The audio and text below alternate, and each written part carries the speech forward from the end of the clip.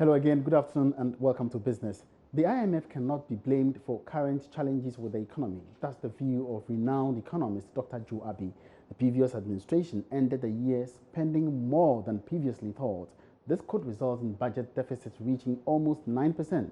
The country's debt in relation to the value of the economy has also crossed the dreaded 70% mark and missing out on end-of-year inflation target of 13.5%. The development has resulted in some people questioning the effectiveness of the IMF program, especially when all the review meetings showed Ghana was on track with its consolidation program. But Dr. Joe Abbey says the fund acted based on data presented to them. A lot of Ghanaians will have to know that the assessments that the IMF made were on the basis of what our government officially told them. For example, we never admitted that we were having payment arrears in the system.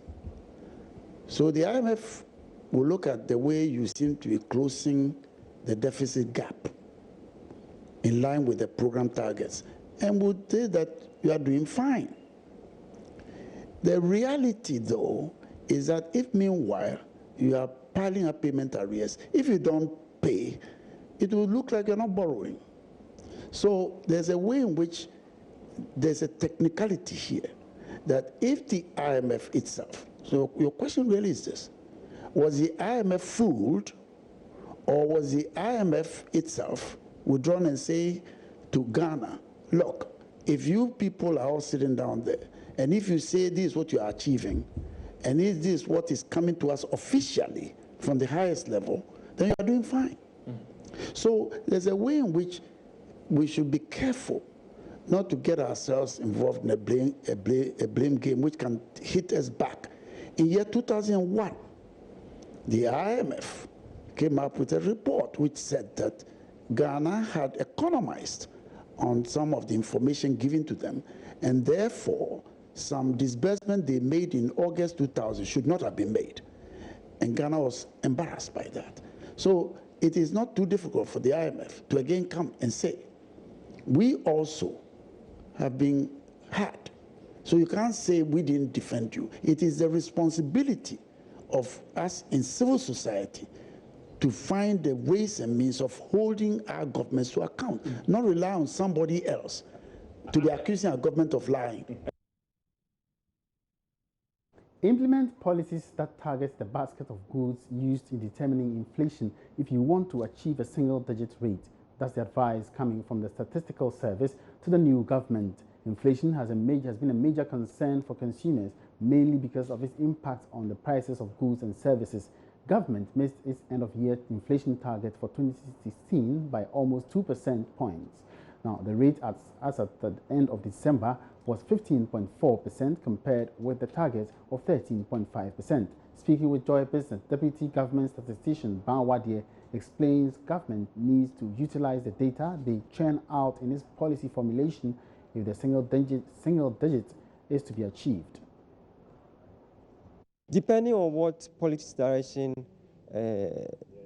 any government is pursuing for the economy, whether it is inflationary or it is deflationary, we have a lot of information as to the weights of various items and the effects of every item would have a weighted impact on the economy.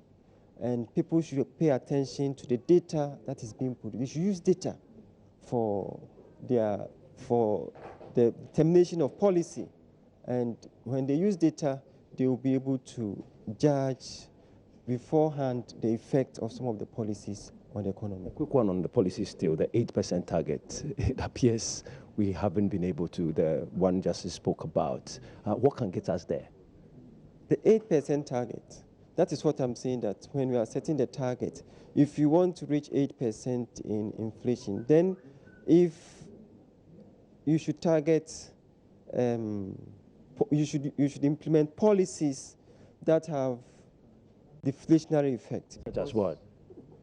I won't know what, but what I'm saying is each of the items that people consume have a weight. That is, has a proportion in terms of its impact on the overall inflation. So the effects of the various items and the item groups is what you should critically look at, so that if you want inflation to drop, you may not necessarily go into increasing the prices of items which are inflationary, or basically that. Or you have to bring countervailing effects in terms of policy, assuming you trigger off policies that could increase prices of items which have big weights in the consumer basket. And that's it for business. There's more ahead on the marketplace shortly. My name is Emmanuel Abuaji. Coming up, sports.